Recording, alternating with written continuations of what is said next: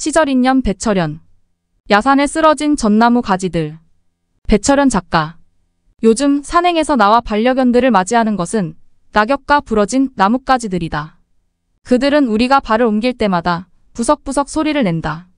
줄기에 매달릴 힘이 없는 크고 작은 가지들이 더 이상 구차하게 줄기에 매달리지 않는다. 자신을 우주의 주인인 중력에 맡겨 낙엽 위에 낙하하였다.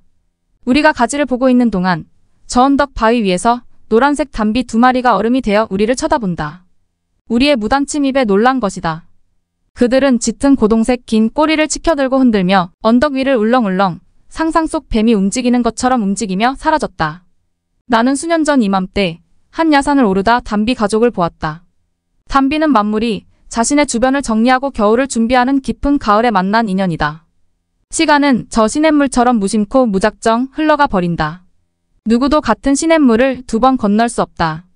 내 다리에 부딪힌 시냇물은 이내 그 주위를 돌아 저 아래로 흘러 사라진다. 물은 용감하다. 순간을 살면서도 이 순간에 집착하지 않기 때문이다.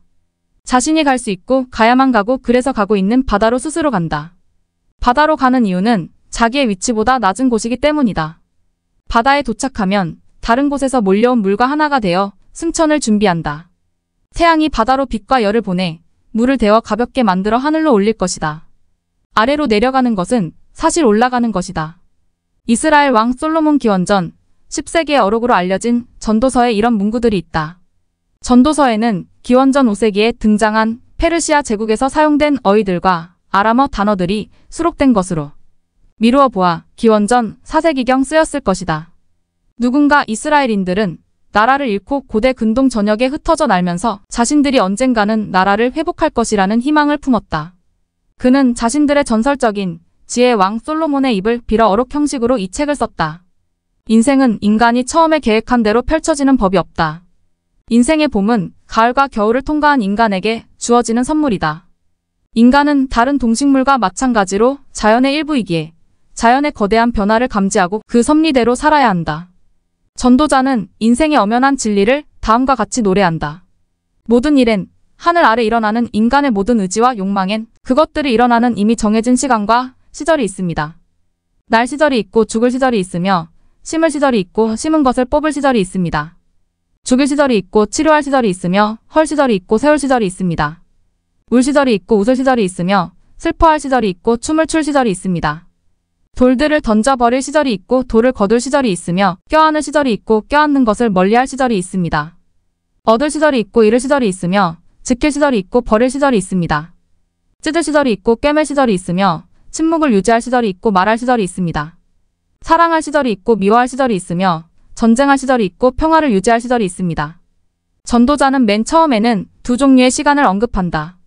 한 종류의 시간은 정해진 시간이 뿌리어 점안이며 다른 종류의 시간은 시냇물이 순간을 경험하는 순간, 즉 과거, 현재, 미래하는 틀을 초월한 지금이자 영원히 된 시간이 예스, 즉 어떤 일이 그 시점에 발생해야만 하는 결정적인 순간이며 시절이다. 저자는 이어지는 문장에서 2번째 시간만을 사용한다. 신만이 정해진 시간을 결정할 수 있기 때문이다. 인간이 경험하는 시간은 2번째 시간으로 과거 마이너스 현재 마이너스 미래를 초월한 지금이다. 불교에서는 이 지금이면서 항상인 시간을 시절인연이라고 부른다. 운명적으로 만날 수밖에 없는 인연은 자연의 시간인 시절과 같이 반드시 온다. 어리석은 자는 시간을 현재 마이너스 미래라는 허상 안에서 살지만 지혜로운 자는 지금 마이너스 항상이라는 시절과 인연을 맺는다. 흘러간 시간은 언제나 순간이다. 우리가 살아온 순간을 돌아보면 누구나 이 진리를 알아차릴 수 있다. 우리가 순간을 산 것처럼 우리는 부지불식간에 세상을 떠날 것이다. 순간을 시절인연으로 살 수 있는 2가지 마음가짐이 있다. 첫째는 오늘을, 그리고 앞으로 살아갈 날들을 덤으로 사는 것이다. 살 날이 얼마 남지 않았다고 판정받은 환자에게 하루는 기적이며 감사다. 우리가 하루를 덤으로 산다면 부모, 형제, 자식, 친구들의 얼굴이 더욱 보고 싶어지고 그들의 목소리를 다시 듣고 싶다. 그들에게 우리의 진실한 마음을 전화 통화 목소리와 문자를 통해 전하는 마음이 시절인연으로 사는 비결이다. 2번째, 우주가, 신이, 사회가, 자연이 혹은 자기 스스로 깨달은 고유한 임무이자 의무를 자신의 분수에 맞게 실천하는 것이다. 인간은 매일 아침 부활한다. 잠은 일종의 죽음이다. 잠은 하루를 인생의 초보자로 살라는 자연의 섭리다. 우리에게 맡겨진 임무가 의무가 되고 그 의무를 자신이 속한 공동체 개선을 위해 조화롭고 친절하게, 때로는 파격적으로 펼칠 때 선물이 하나 도착한다. 품격이다. 사람이 마땅히 갖춰야 할 기품이나 위엄이다.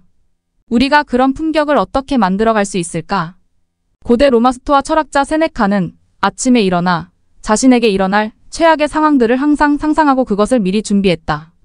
그는 이런 마음가짐을 라틴어로 프레메디타치오 말로름이라고 말했다. 이 문구를 직역하면 최악의 일들에 대한 예견이다. 이것은 비관적인 삶의 철학이 아니다. 내가 만나는 부모, 자식, 친구들을 마지막으로 본다는 심정으로 만날 때 그 조우는 감동이 될 수 있다. 저 쓰러진 나뭇가지도, 저 바위 위에 나타났던 담비도, 내가 끌고 있는 반려견도 시절 인연들이다.